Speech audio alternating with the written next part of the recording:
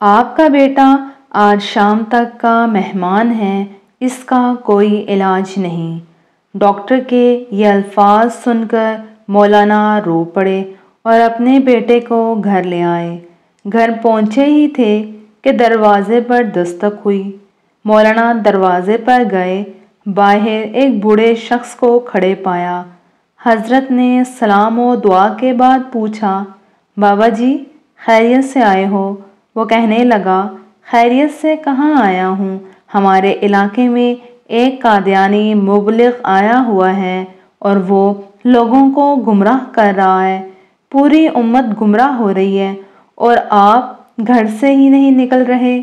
مولانا نے جیسے ہی یہ بات سنی، آپ کی آنکھوں سے آنسو بہہ پڑے۔ چند کپڑے، کتابیں اور ضروری چیزیں بیگ میں ڈالیں اور گھر سے روانہ ہونے لگے۔ بیوی نے دامن پکڑ لیا اور کہنے لگی، مولانا آخری لمحات میں اپنے نوجوان بیٹے کو اس حالت میں چھوڑ کر جا رہے ہو؟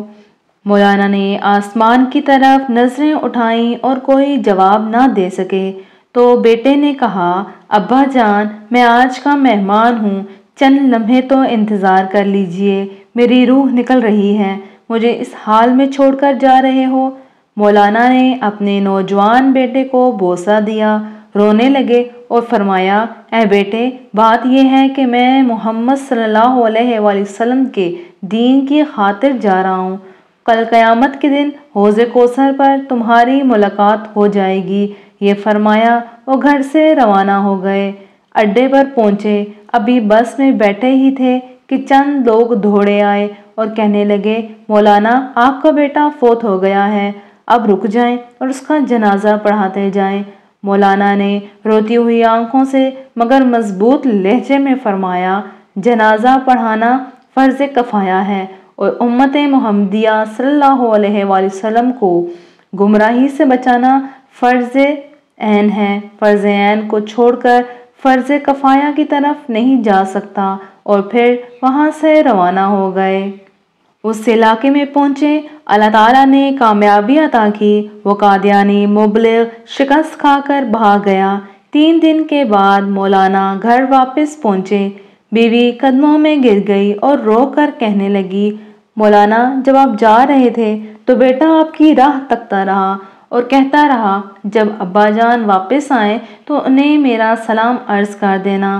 مولانا نے جب یہ سنا تو فوراً اپنے بیٹے کی قبر پر گئے اور دعا مانگنے لگے، اے اللہ ختم نبوت کے وسیلے سے میرے بیٹے کی قبر کو جنت کا باغ بنا دے۔ مولانا دعا مانگ کر گھر واپس آئے تو رات بیٹے کو خواب میں دیکھا۔ بیٹے نے اپنے ابا سے ملاقات کی اور کہا، رب محمد صلی اللہ علیہ وآلہ وسلم کی قسم، ختم نبوت کے وسیلے سے اللہ تعالیٰ نے میری قبر کو جنت کا باغ بنا دیا۔ ختم نبوت کے اس مجاہد کو دنیا حضرت مولانا غوث ہزاروی رحمۃ اللہ کے نام سے جانتی ہے کہ محمد صلی اللہ علیہ وآلہ وسلم سے وفا، تو نے تو ہم تیرے ہیں، یہ جہاں چیز کیا ہے، لوح و قلم تیرے ہیں۔ اگلی سبق آموز کہانی کے لیے چینل کو سبسکرائب کر لیجئے۔ اللہ حافظ۔